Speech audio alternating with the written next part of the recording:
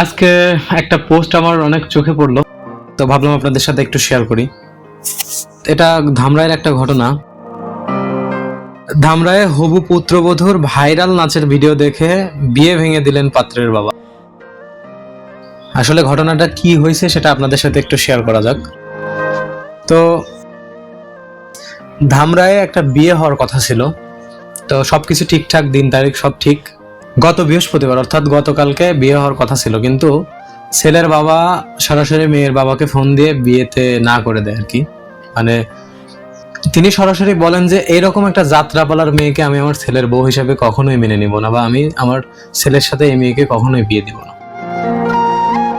এখন প্রশ্নটা হচ্ছে, যাত্রাপালার মেয়ে বলার কারণ কি? কারণ এই মেয়েটা যে কলেজে পড়তো, সেই কলেজে একটা প্রোগ্রামে উশৃঙ্খলভাবে একদম ডান্স করে পুরা ভাইরাল। তো যার সাথে বিয়ে হবে তার এলাকার প্রায় প্রত্যেকটা মানুষ এই ভিডিওটা দেখছে, ভিডিওটা অনেক শেয়ার হয়েছে। যে ছেলের সাথে বিয়ে তার বাবাও দেখছে ভিডিওটা, দেখার কারণে সে ক্ষিপ্ত হয়ে মেয়ের বাবাকে বলছে। তো মেয়ের বাবা এক পর্যায়ে হুমকি ধামকি দিছে যে মামলা টামলা করবে। তো ছেলের বাবা স্পষ্ট জানিয়ে দিয়েছে যে আপনি যদি আমাকে ফাঁসিও দেন, আমার যদি ফাঁসির রায়ও হয়, তারপরে আমি এই মেয়েকে আমার ছেলের বউ হিসেবে কখনোই গ্রহণ করব না। তো আসলে আমাদের এটা থেকে একটা শিক্ষা পাওয়া উচিত যে এরকম বাবা এখন বাংলাদেশে খুবই কম।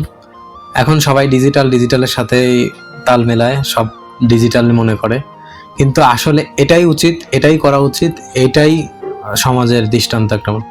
আমি সেলুট জানাই সেই বাবাকে যে এত সুন্দর একটা ডিসিশন নিছে। আসলে নাচ নেওয়ালি ঘরে আনলে পরে ঘরটা কখনো সুন্দর হয় না, ঘরটা শান্তির হয় না, সে ঘরটা জাহান্নামে পরিপূর্ণ হয়, অশান্তি লেগেই থাকে।